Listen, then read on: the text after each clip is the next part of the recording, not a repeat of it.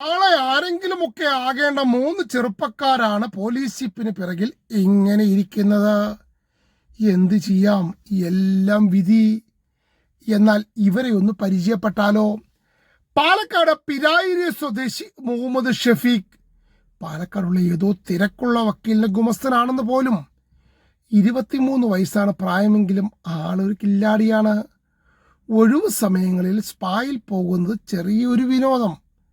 പക്ഷെ മസാജിനായി തിരഞ്ഞെടുക്കുന്ന ആളുകൾ 30 വയസ്സിന് മുകളിലുള്ളതും. എത്ര ആലോചിച്ചിട്ടും ഇതെന്താണെന്ന് മനസ്സിലാകുന്നില്ല. എന്തെങ്കിലുമൊക്കെ ആകട്ടെ.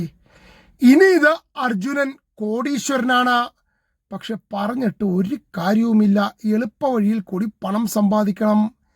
ഇത് അർജുനന്റെ സുഹൃത്ത് വിഷ്ണു, ഒറ്റപ്പാലം വേങ്ങശ്ശേരി സ്വദേശി. എന്താണ് ഇവർ ചെയ്ത തെറ്റ് എന്ന് ചോദിച്ചാൽ, പാലക്കാട് പട്ടിക്കരയിലുള്ള ജുവലറിയിലെത്തി 58 ഗ്രാം സ്വർണ്ണക്കട്ട എടുത്തുകൊണ്ട് ഓടി രക്ഷപ്പെട്ടു. അർജുനനാണ് സ്വർണ്ണ വ്യാപാരി എന്ന രീതിയിൽ സംസാരിച്ചത്. പണവുമായി എത്തി എന്ന് പറഞ്ഞ ആ പാവത്തെ വിശ്വസിപ്പിച്ചു. സമയം കിട്ടിയതും സ്വർണ്ണക്കട്ടയുമായി എടുത്ത് ഓടി. ജുവലറിക്ക് സമീപത്തായി ബൈക്കുമായി ഷെഫീഖും വിഷ്ണുവും കാത്തു നിൽക്കുന്നുണ്ടായിരുന്നു. സംഭവത്തിന് ശേഷം മൂവരും പാലക്കാട് നഗരത്തിലുള്ള അർജുനന്റെ വീട്ടിലെത്തി സ്വർണ്ണക്കട്ട സൂക്ഷിച്ചു വെച്ചതിന് ശേഷം മടങ്ങി. പാവം ഷെഫീഖ് രാവിലെ തന്നെ തിരക്കുള്ള വക്കീലിനടുത്ത് ജോലിക്കായി എത്തിയതാണ്.